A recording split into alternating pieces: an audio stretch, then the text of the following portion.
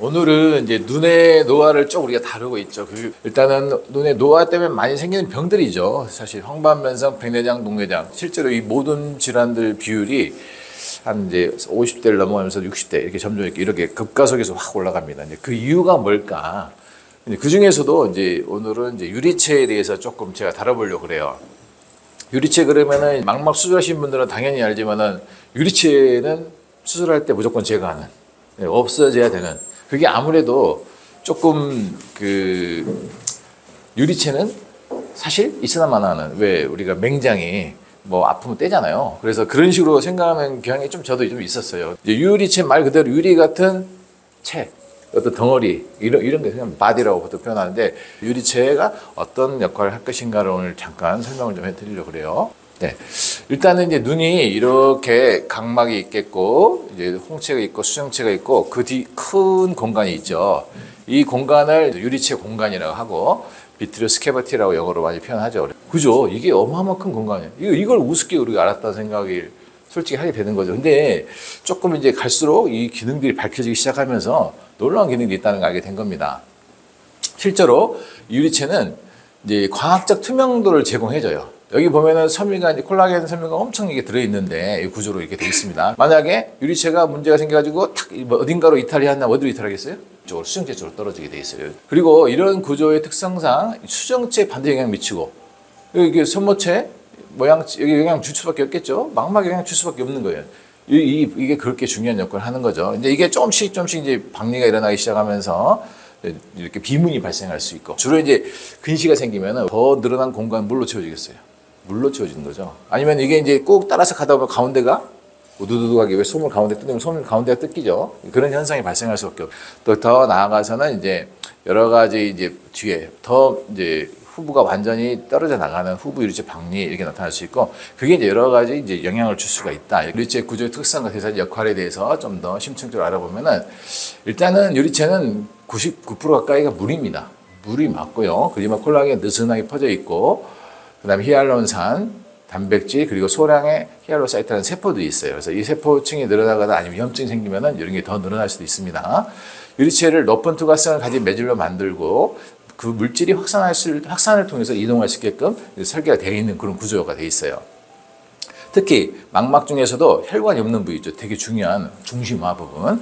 황반부위는 여기에 대사활동 유지하기 위해서 산소와 영양 확산에 의존하는데 유리체는 이를 위한 이상적인 환경을 제공하고 있어요. 그래서 확산을 통해 산소를 망막으로 전달하는 중간 매질 역할을 한다. 이렇게 알고 계시면 될 것 같아요.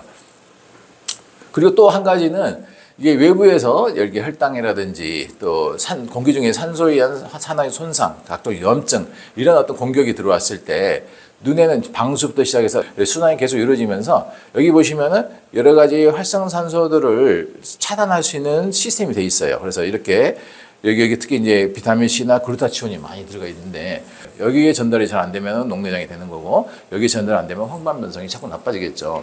그리고 영양소의 대사 부산물의 이동이 이제 문제인데 유리체는 포도당, 아미노산, 지질 등의 망막과 수용체에 필요한 영양소의 확산 경로가 되는 거고 망막은 에너지원으로 주로 포도당을 사용하는데 유리체는 방수와 망막 혈관 공급된 포도당이 망막으로 이동하도록 도와주는 거죠. 망막 대사 과정에 생성된 젖산이나 기타 부산물이 또 유리체를 통해 배출함으로써 제거된다. 그다음에 망막과 수정체 대사적인 상호작용을 하는데 특히 수정체는 혈관이 없기 때문에 영양소를 방수와 유리체를 통해 공급을 받아요. 이걸 없애버렸어. 비물증 날아다니는 거 너무 싫다고 30대 초반이나 40대 못 돼서 이걸 전 절제를 해버린 사람도 있어요. 그럼 어떻게 해요?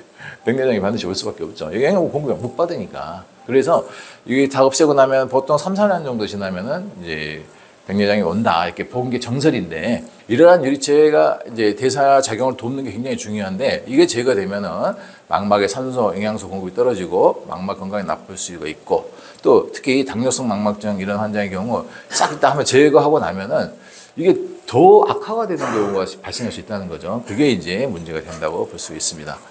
그럼 노화에 따라서 항산화 기전이 변할 텐데 어떻게 하면 우리가 보호를 할 것인가? 노화 와가지고 눈 이렇게 있다 치면은 여기 꽉 모여 있죠. 그러면 이 뒤 공간 이만큼 떠 있는 공간은 이제 거의 물하고 같은 거죠. 이렇게 변화가 점점 오게 돼 있습니다. 여러분 눈에 그렇게 와요.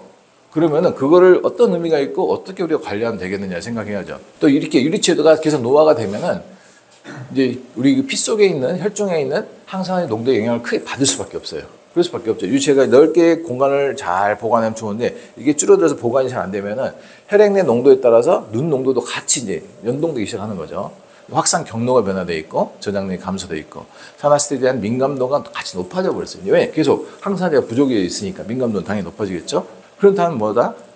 눈에 적절한 활성산소를 억제시킬 수 있는 항산화제 부족이라는 것은 여러 가지 병을 유발시키더라. 그리고 실제로 이 안에 단백질 구조까지 바꿔버리더라는 이야기가 되는 거죠. 산화 스트레스는 산화 촉진제와 항산화제 간의 불균형 때문에 생기는 거다. 나이 증가에 따라서 이게 훨씬 높아지더라. 또 산화 스트레스는 당뇨성 망막증, 황반변성, 망막박리, 정식성 유제 망막증 같은 질환에서 병태에 아주 중요한 역할을 한다. 그 우리가 눈 건강이라든지 좀 약간 건강 기능식품으로 만들어진 그런 것들을 일부러라도 일정한 주기로 복용할 필요가 있는 거예요. 그래서 하루에 한 번이라도 먹어준다든지 아니면 아침 저녁을 먹는다든지 뭐 실제로 염증이 있다면 아침 저녁 저녁. 그래서 혈중 농도를 일정하게 맞추는 것이 아주 중요해요. 그래서 비타민 C는 황반 면역 진행을 25% 감소시키는 데에 기여한다고 아레즈 스터디에서 이미 증명이 돼 있습니다. 그 다음 토코페롤은 우리 세포막의 주요 구성물인 지질막을 안정시키며 과산화를 억제하여 망막 세포를 보호하고 유리체 노화로 인한 발병 증가율을 막을 수 있죠.